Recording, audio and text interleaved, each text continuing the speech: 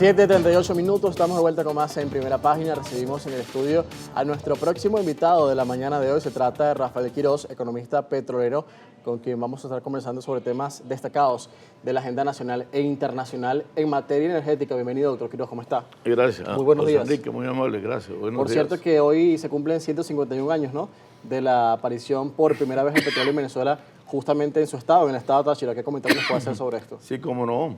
El 18 de mayo de 1875 apareció por primera vez petróleo en suelo venezolano y fue allá en la finca La Alquitrana, a 10 minutos de Rubio. Y fue un hecho que fue producto, consecuencia de un terremoto que hubo en Cúcuta, terremoto que destruyó casi toda Cúcuta, y bueno, los efectos sísmicos se hicieron sentir en toda la frontera. En San Antonio, tumbó medio San Antonio, tumbó medio Capacho, el Claro, Capacho Nuevo que llamamos hoy. Ese es el Capacho Independencia, que se fundó 2 días después del terremoto, aún sobre los escombros y los cadáveres de ese 18 de mayo. Quiere decir, Capacho Independencia cumple pasado mañana 151 años igualmente. Y fue un hecho histórico, por supuesto, porque a partir de allí Venezuela, diríamos, ató su futuro, su porvenir, nada más y nada menos que al petróleo venezolano. Bueno, y es mucho lo que ha sucedido desde entonces, ¿no? Ahora que vamos a entrar en materia, que Venezuela atraviesa este momento político y también de apertura económica y acuerdos energéticos con empresas de Estados Unidos. Recientemente vimos la firma con 2 importantes empresas estadounidenses para buscar esa mayor apertura que viene también dada a través de la ley de hidrocarburos que fue reformada también hace pocos meses. ¿Qué perspectivas hay hoy respecto a la inversión internacional que requiere el país para levantar nuevamente su industria? Y también cuando hay importantes necesidades estructurales en Venezuela, como también tienen que ver con la recuperación del sistema eléctrico nacional, ¿cómo pudiera esto estar contribuyendo a dar esos pasos? Sí, bueno, hay buenas expectativas, por supuesto. Viene una especie a partir de la reforma de la ley de hidrocarburos, se hizo un poco más elástica las posibilidades de incursión y de inversión del capital petrolero internacional en nuestra industria petrolera.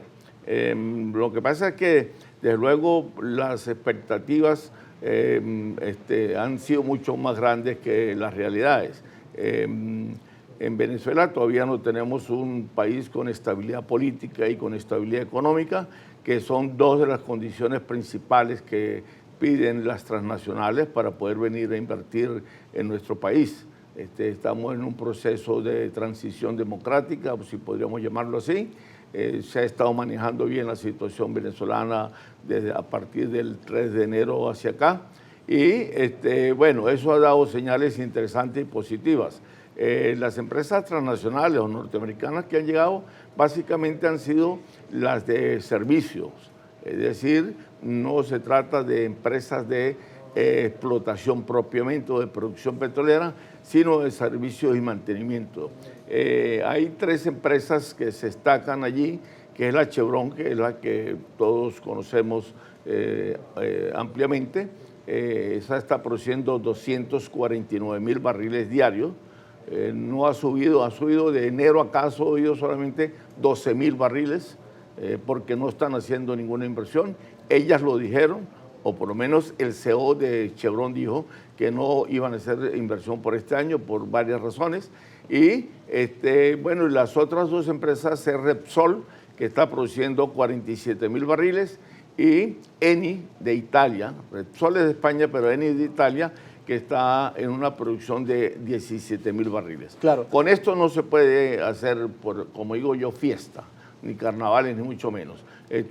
Son números un poco cautelosos, su producción un poco y su incursión un poco timorata, pero bueno, creemos que para finales de año la producción petrolera venezolana pudiera estar llegando a 1,000,000 200.000 barriles diarios. Doctor Quiroz, ¿y qué pasa con el resto de las empresas estadounidenses que pudieran estar interesadas en abrir o en retomar sus operaciones en Venezuela? Esto tras las recientes reuniones que sostuvo en la Casa Blanca el presidente Donald Trump con muchos directores de esos consorcios estadounidenses que ven en Venezuela nuevamente un atractivo. Pero recientemente la agencia británica Reuters emitió un informe en el que pudiera evidenciarse que todavía persiste el escepticismo ante las garantías jurídicas que pudieran estarse dando en el país. Esto con la ley de hidrocarburos reformada, ¿usted cree que se ha creado un marco regulatorio robusto para esas empresas que pudieran tener aquí un atractivo nuevamente?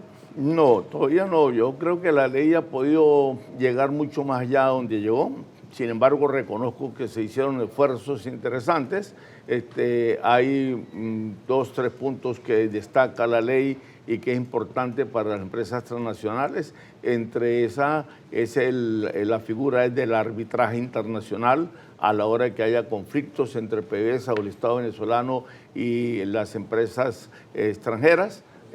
Bueno, se pueden dirimir esos asuntos en tribunales internacionales. Y la segunda, la parte de la regalía que se suavizó hacia abajo, se hizo un reajuste hacia abajo, y también la forma de la operatividad de la industria petrolera y el destino de los barriles que allí se saquen. Entonces, sí se hicieron esfuerzos, cómo no, pero las empresas transnacionales son un poco cobardes, como digo yo muchas veces, son un poco tímidas en relación a la inversión cuando no se le ofrece una seguridad jurídica realmente sólida, muy bien definida, y ellos pues tienen cierta temeridad en relación a eso. Por supuesto, agregándole a eso el tema de cómo marcha la transición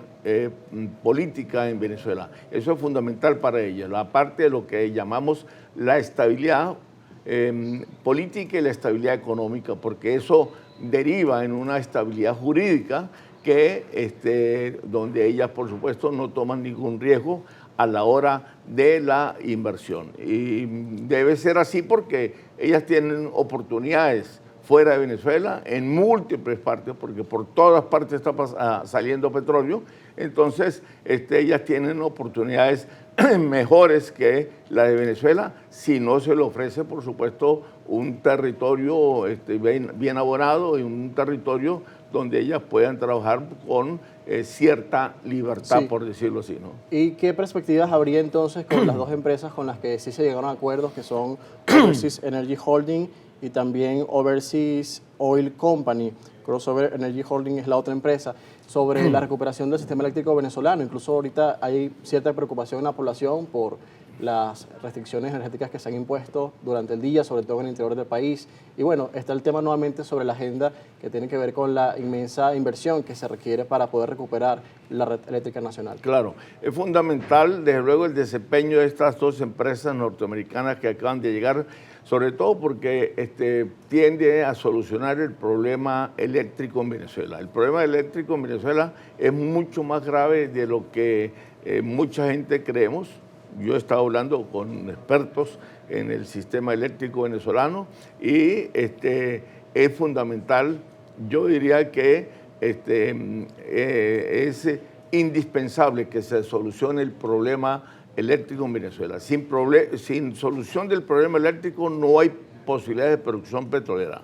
Dependemos de la energía eléctrica para mover los taladros, para mover y la operatividad de todos los campos petroleros y las plataformas. Entonces, la solución a la producción petrolera venezolana pasa por el meridiano del problema eléctrico. Si no solucionamos el problema eléctrico, no hay posibilidades de aumentar la producción petrolera. Ese es uno de los temores precisamente que tienen también las empresas transnacionales petroleras. El capital petrolero transnacional no va a operar en Venezuela si no hay garantías plenas del suministro eléctrico para los campos o para la operatividad de la industria petrolera. ¿Pero usted cree que sí existe la oportunidad con este acuerdo que se alcanzó? Sí, yo creo que hay oportunidades. Lo importante es que, bueno, hecho, estaba un poco medio asombrado porque uno de estos expertos con los que yo conversaba decía que aquí en Venezuela se necesita para este año no menos de 25 a 30 mil millones de dólares de inversión solo en la problemática eléctrica en Venezuela.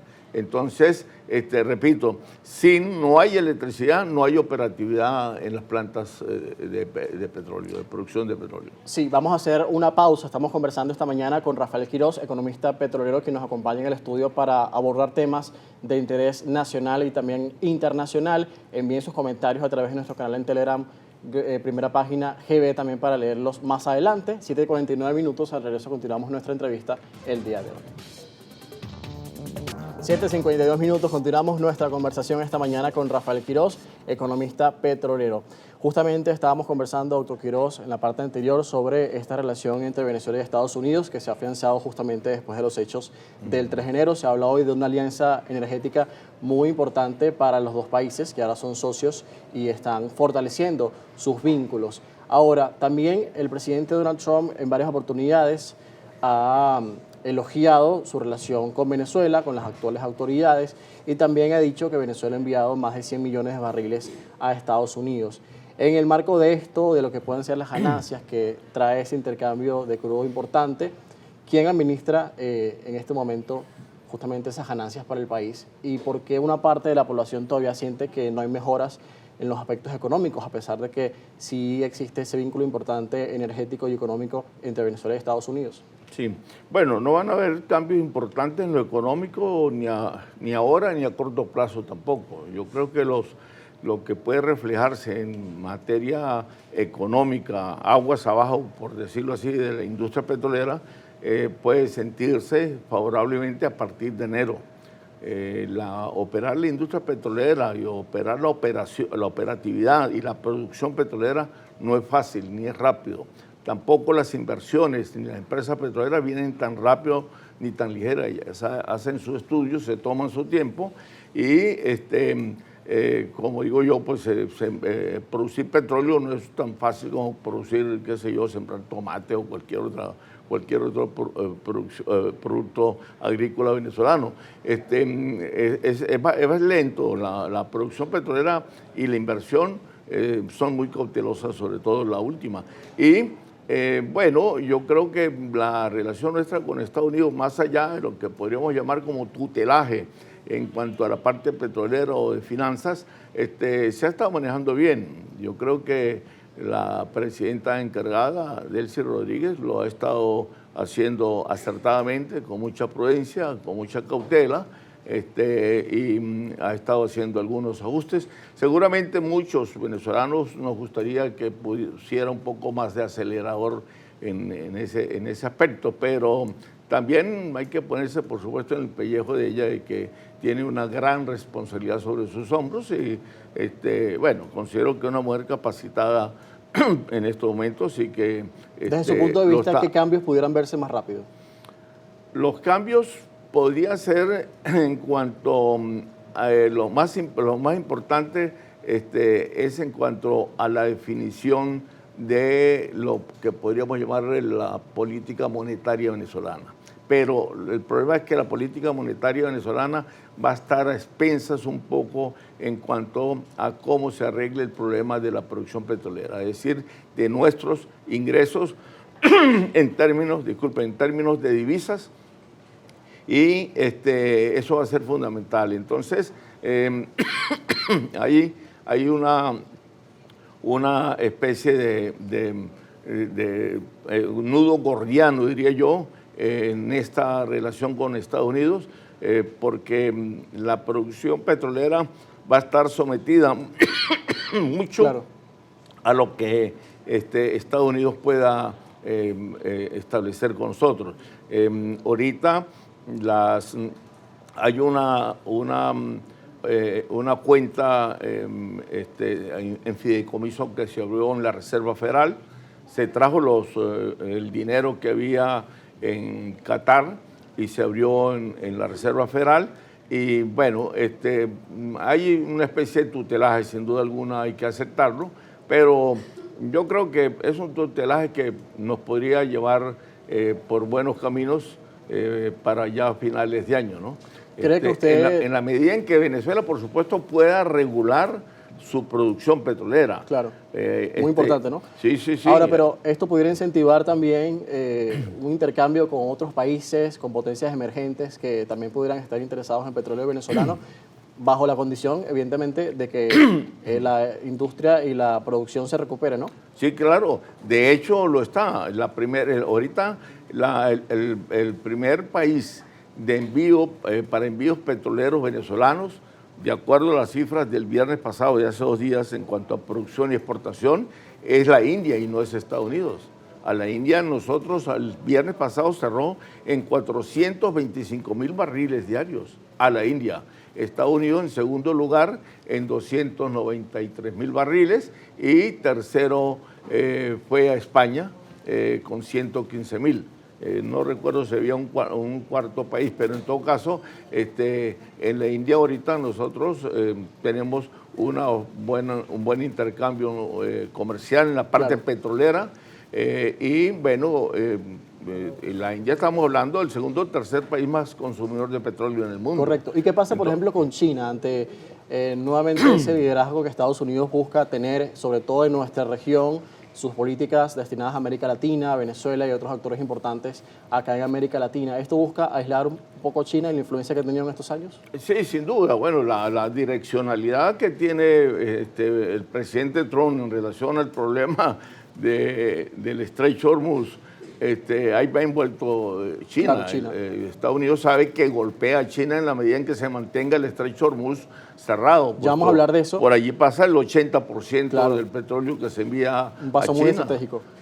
Bastante. Vamos a hablar de eso en la próxima parte porque tenemos que ir a la pausa regulatoria, pero al regreso hablamos justamente de eso que ya viene mencionando el doctor Quiroz, que tiene que ver con la crisis en el estrecho de Hormuz a partir del conflicto entre Estados Unidos, Israel e Irán. La reunión muy importante que se dio desde el jueves en Beijing entre el presidente Donald Trump y su homólogo chino Xi Jinping y los acuerdos que ambos elogian que han alcanzado en ese encuentro bilateral sumamente relevante para las relaciones internacionales en estos últimos años, porque desde la primera administración Trump, un presidente estadounidense no visitaba China. Ya vamos a ver las claves de esto esta mañana con Rafael Quiroz, economista petrolero. Son las 7:58 minutos, a la pausa y en breve regresamos con más. 8:01 minutos, continuamos con más de Primera Página. Dejábamos un tema pendiente por abordar, que es la crisis en el estrecho de Hormuz a partir del conflicto entre Estados Unidos, Israel e Irán.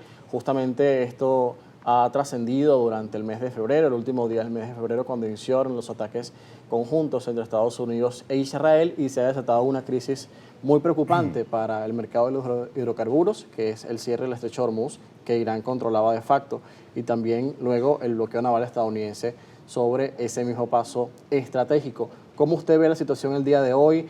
Los precios de petróleo, hemos visto que el Brent ha aumentado superior a los $111 durante estas últimas horas debido a un ultimátum que lanzó nuevamente Trump a la República Islámica de Irán para que acepte un acuerdo rápidamente, si no amenaza con que va a acabar todo el país. Pero, por supuesto, también las preocupaciones, las alteraciones y las perturbaciones en el mercado energético que se han mantenido durante estos meses debido a las idas y vueltas, ¿no? Digamos, de la retórica, que eso tiene un impacto también relevante. ¿Cómo usted puede analizar hoy el escenario que se presenta en Oriente Medio ante estas enormes perturbaciones? Sí, bueno, la verdad que los precios del petróleo han estado siendo sacudidos debido al problema o a la crisis del estrecho de Hormuz, pues, tratándose de que es el primer cuello de botella por donde circulan sobre los 20 millones de barriles diarios. Pero el problema está en que debe haber un acuerdo permanente si se quiere salir del problema. Si el problema del estrecho de Hormuz, la crisis sigue manteniéndose o dándosele larga, es posible que para principios de junio, o sea, en 2 o 3 semanas, podamos tener un precio petrolero sobre los $130 el barril. Es muy posible. Todo depende pues del ejercicio diplomático que haga la Casa Blanca con el gobierno iraní, que es quien ejerce prácticamente todo el control soberano por lo demás del estrecho, porque más del 70% del estrecho pertenece a la parte iraní y el resto pertenece a Omán, Claro. que es otro país, por cierto, miembro de la OPEP Plus, Omán. Y bueno, Ahora, pero el ¿qué solución equilibrio... a este problema pudiera plantearse un acuerdo? ¿Debe un país controlar ese paso que es tan importante para el comercio de los hidrocarburos en Europa? Bueno, si el control que ejerce está sobre aguas territoriales, está plenamente justificado, sin duda alguna. Ahí no hay duda, yo no tengo duda de eso. Buena parte del estrecho por Irán y una parte de Omán. Ellos siempre han acordado allí una política binacional interesante en cuanto al comercio petrolero y ha habido libertad, bastante libertad. El problema es que también todo el grupo de los 8 países del Golfo Pérsico no se preocuparon por hacer escenarios o establecer una infraestructura para desagüe, por decirlo así, de los barriles del petróleo. Entonces, el único fue Arabia Saudita, que construyó un oleoducto que va a dar al Mar Rojo, pero allí la capacidad de ese oleoducto de transportar petróleo no pasa de 4 millones de barriles. Irak quiso hacer uno en unión con Kuwait, pero lo empezaron y no lo terminaron. Entonces, todos dependen, todo desemboca en el estrecho de Hormuz. Es por eso que es importante, es de importancia capital. Claro. Lo que pasa es que para Irán también es inconveniente la permanencia de esta crisis, porque por allí pasa el 70% de las importaciones. Eso le iba a preguntar, totales si de era sostenible Irán. esta situación, porque a pesar de todo Irán ha resistido, sin embargo, ¿por cuánto tiempo puede hacerlo?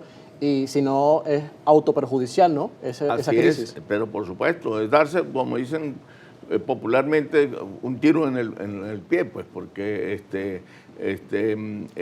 Irán lo perjudica enormemente porque hacia el norte de Teherán y Bagdad, sobre todo, hay puro desierto y hay como 8, 9, 10 horas para poder pegar frontera al norte de Irán. O sea, no tienen por dónde sacar. Irán tampoco tiene oleoductos importantes, porque todo ha dependido siempre del estrecho de Hormuz. Del comercio que pasa por allí. Del comercio que pasa por allí. Y entonces, bueno, Claro. La verdad que eso es lo que le ha colocado al precio del petróleo una volatilidad en cuanto al juego de los niveles hacia arriba y hacia abajo.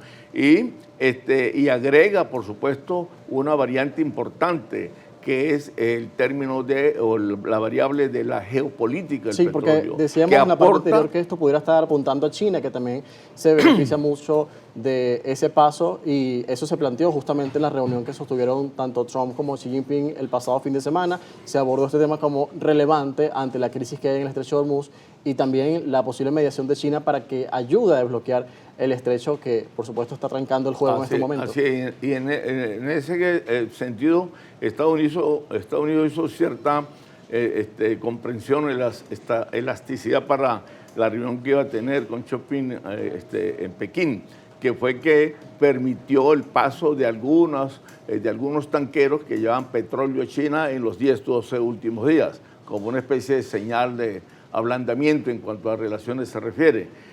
¿Por qué? Porque China está, prácticamente bloqueada en petróleo, por allí y por la parte de la producción nuestra. Claro. Nosotros estuvimos suministrando hasta finales de enero le estuvimos suministrando 495,000 barriles diarios y 430,000 en las peores circunstancias a China. Y se refiere a un pago que tenemos nosotros con China de una gran deuda que a su vez tenemos con China, entonces que se le ha venido pagando en petróleo. Y bueno, y eso dejó enviársela a China desde el 1 de febrero, ¿no? Doctor Quiroz, queda un tema clave para concluir ya nuestra conversación, pero que es también relevante en la agenda energética mundial, es la reciente salida de Emiratos Árabes Unidos del cártel petrolero OPEP. ¿Cómo está impactando esto la producción de los países que integran esa organización y también qué efectos puede tener esto al mediano y largo plazo para la OPEP en general? Bueno, Emiratos Árabes Unidos, por supuesto, era un país importante dentro de la OPEP, tenía una producción relativamente importante, 2.4 millones de barriles, se va con esos 2.4 millones de barriles, pero tampoco es determinante o tan fundamental, ni crea una crisis como muchas personas han dicho. ¿Es el fin de la OPEP, como algunos analistas no, están interpretando? Han estado escandalizando en relación a eso, que ahora se termina la OPEP, que se va a desmoronar, que detrás de Emiratos Árabes Unidos se van a ir 5, 6, 7, 8 miembros más. La OPEP no cierra sus puertas porque se vaya un miembro. Muchas veces, otras salidas antes, ¿no? Pero por supuesto, Qatar se fue hace 6, 7 años y Qatar era más importante que Emiratos Árabes Unidos, no solamente en cuanto a producción, sino en cuanto a simbología histórica, claro, porque fue el primer país no miembro fundador de la OPEP que se anexó a la OPEP en 1962.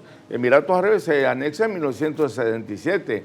Varios países se han ido de la OPEP y han regresado algunos, como es el caso de Angola, como es el caso de Gabón, como es el caso de Ecuador también, que lo tenemos aquí mismo. Entonces, de Indonesia también. Y por eso... Y en el tablero geopolítico, ¿qué representa esto también? Por la crisis en el Estrecho de Hormuz, las diferencias que ya de por sí tiene Emiratos con Arabia Saudita, que lidera este cártel, ¿cómo se puede interpretar también? Por supuesto, puede representar una especie de reacomodo estratégico en términos geopolíticos en cuanto al mercado petrolero internacional, pero no es para creer de que con esto la OPEP se vaya a desmoronar, ni mucho menos. 66 años tiene la OPEP. Y aquellos que predijeron en Estados Unidos, en los países altamente consumidores de petróleo, que no sienten ninguna simpatía por la OPEP, incluso aquí mismo en Venezuela hay personajes, algunos economistas que no sienten ninguna simpatía por la OPEP, pero bueno, ahí está la OPEP, 66 años. Aquellos que dijeron que la OPEP no pasaba de 5 o 10 años cuando se inició aquel histórico 14 de septiembre de 1960, que no pasaba de 65 en 5, 6, 7, 8, 10 años. Bueno, mira, tiene 66 años y no solamente estamos constituidos en lo que llamamos la OPEP Plus, que lo integran 22 miembros, todos productores de petróleo y exportadores de petróleo.